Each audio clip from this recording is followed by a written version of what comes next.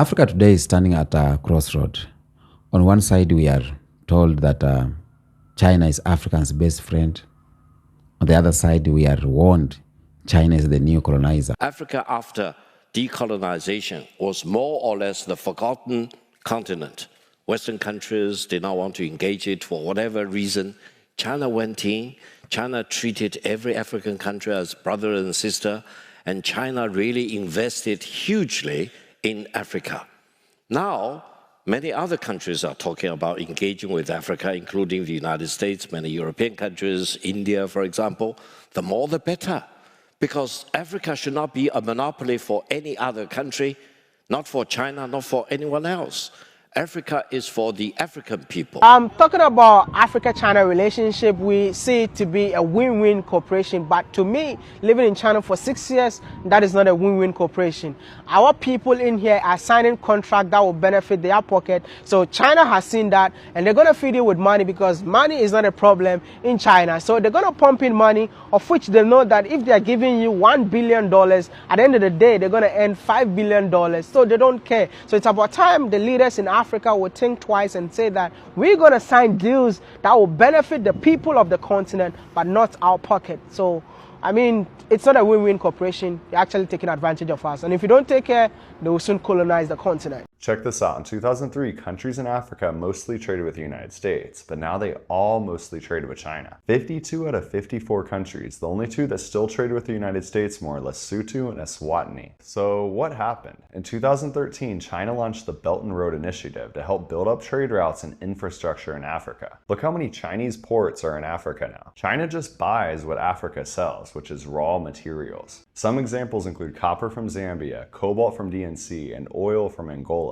All these raw materials fuel China's factory and allows them to build more electronics and batteries. The United States wants mostly finished goods, which a lot of countries in Africa don't produce. The US also shifted its focus away from Africa over the last 20 years and got really caught up with the Middle East. And now pretty much all of Africa is indebted to China too. China built a railway connecting Kenya's port city to the capital for $3.6 billion, and 90% of it's financed through China's Exim Bank. China built the largest suspension bridge in Africa, which was also financed, and a $2 billion copper mine in Botswana. China also built its first overseas naval base in Djibouti. China's relationship with Africa is very strategic, and it's getting stronger each year, and now they trade 4 times more with Africa than the United States. Now some people are asking, what exactly is China doing in Africa? What's your take on that? Western countries have come to Africa for centuries to rob Africa of its resources. They should be admitting what they've done.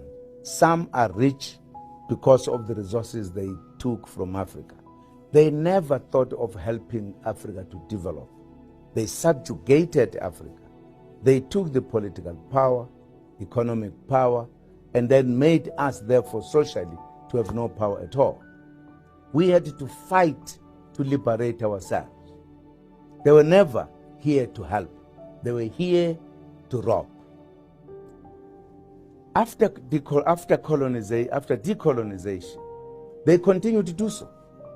They could no longer use political power. They influenced it indirectly, but they held on to the economic levers of these countries. They were dominating, they were benefiting, they were doing nothing to help us. They created banks that were instruments of subjugating us. They would say, for an example, to the IMF, when the IMF will say, my country is in trouble, can you help? It will put conditions that will put you in a worse situation than before. So it was not helping.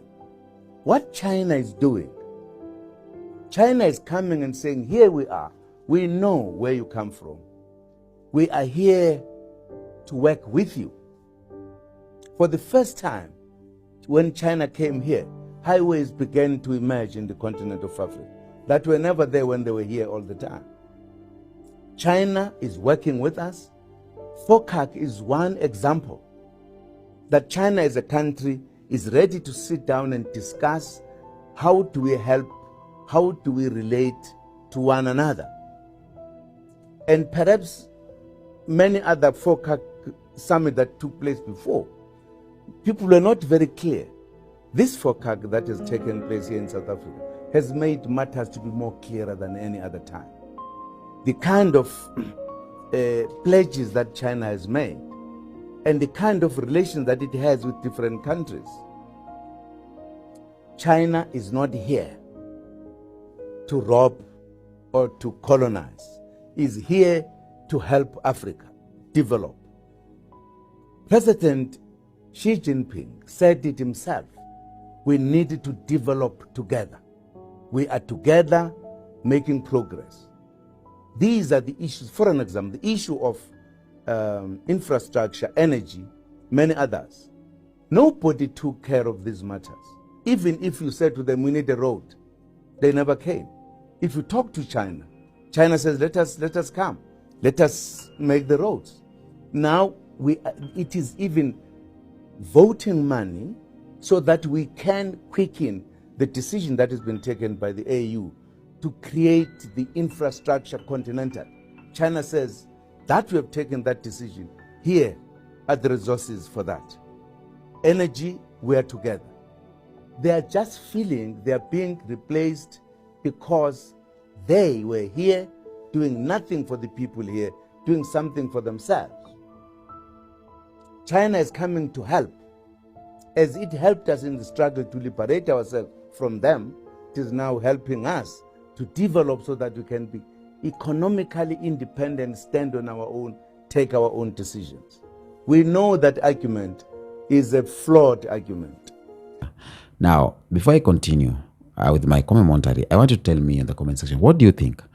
Is China a friend or China a new colonizer? Because here in New Africa, we don't deal with slogans. We deal in systems, structures, and consequences.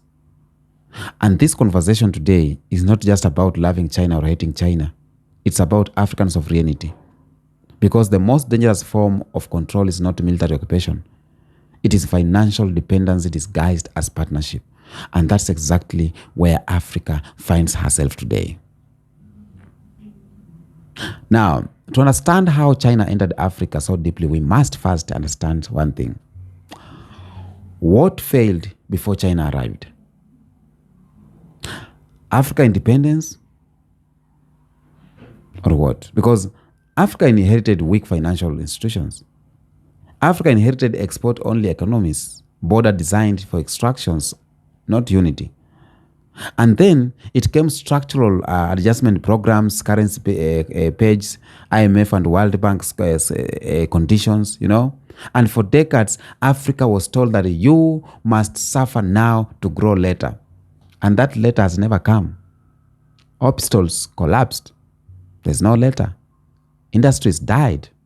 Education weakened. Currencies became unstable. So when China arrived and said that we will build first, no lectures, no politics, many African leaders, instead of having this confliction, they listened. Okay? Not because China was perfect, but because the West had already lost moral authority here. Now, China did not rush into Africa. We must know that. China did not rush into Africa. China waited. It studied Africa while the West focused on just election, NGOs, and AIDS reports. China focused on ports, railways, energy corridors, minerals, and logistics. China understood something very important. Whoever controls infrastructure controls the future. And Africa was desperate for infrastructure. And that's why China came in. Let us be clear. Roads are not neutral. Railways are not neutral. Ports are not neutral. Infrastructure decides who trades, who profits, who moves goods, who controls access. And China offered Africa railways built in record time, highways where none existed, power plants where when lights were off.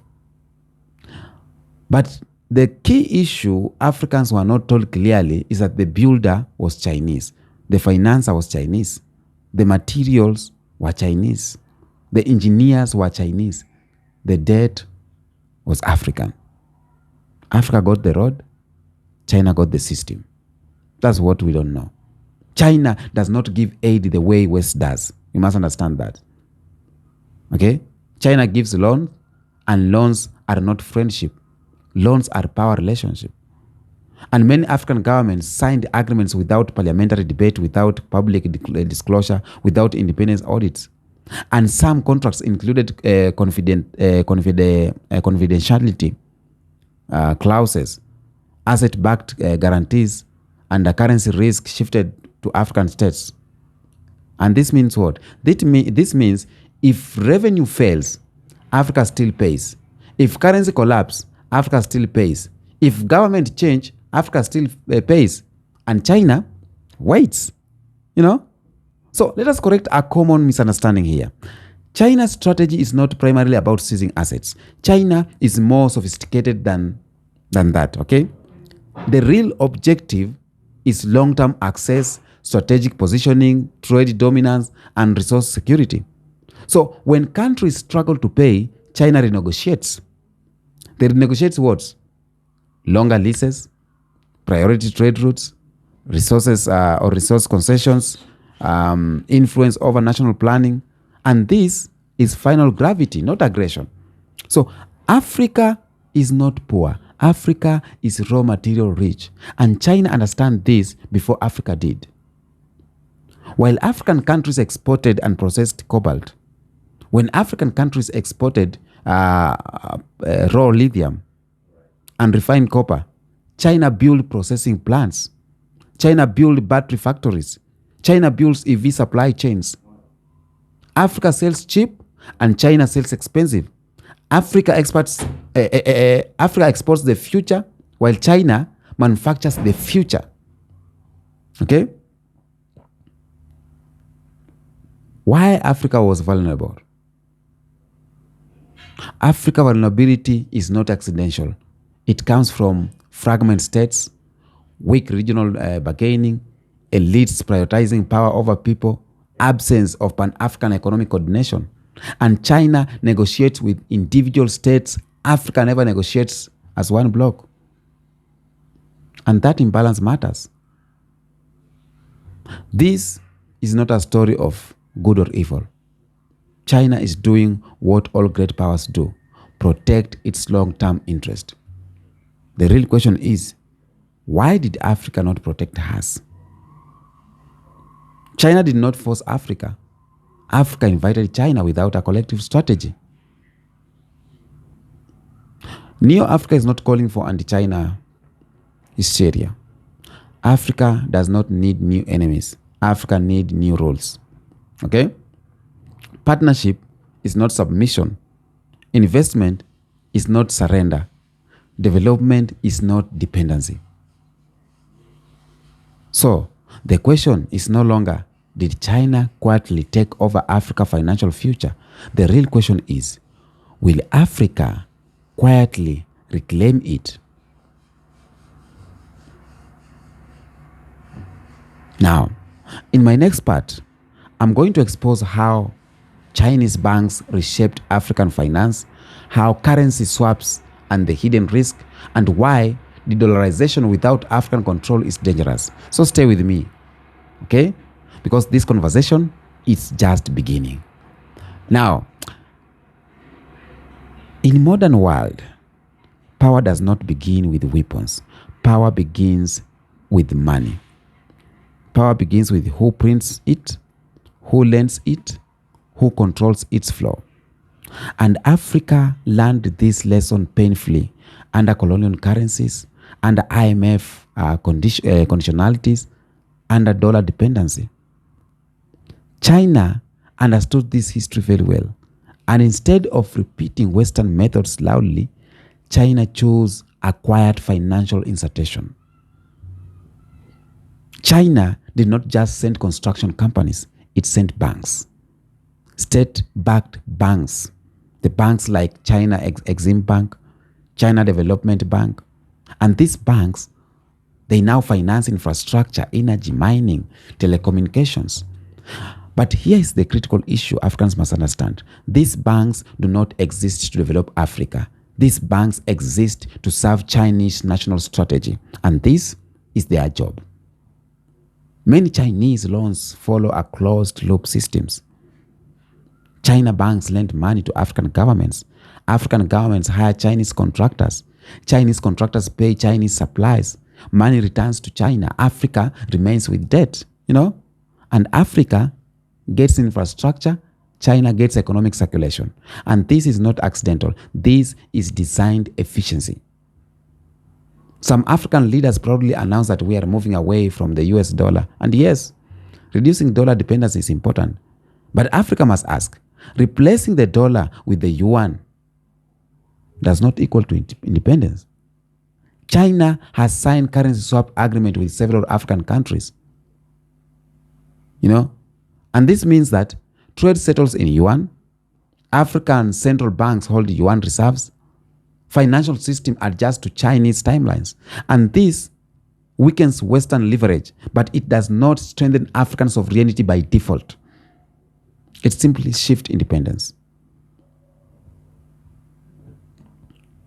China's influence is not only physical or institutional, it is digital.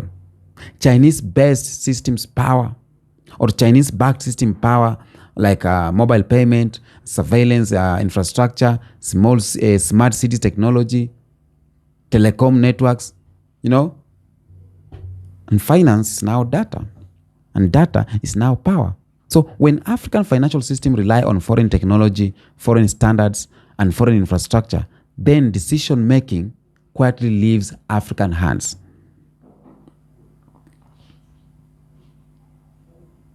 Africa's biggest weakness is not China.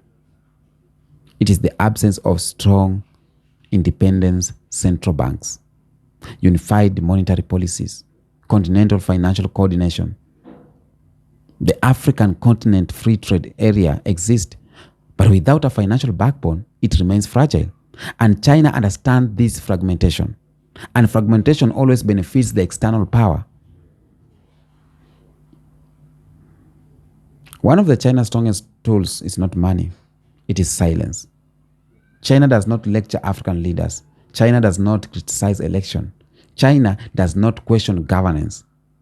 To some leaders, this feels like respect, but to the people, it often means no accountability, no transparency, and no public debate. Deals are signed in silence, always cause the public roar.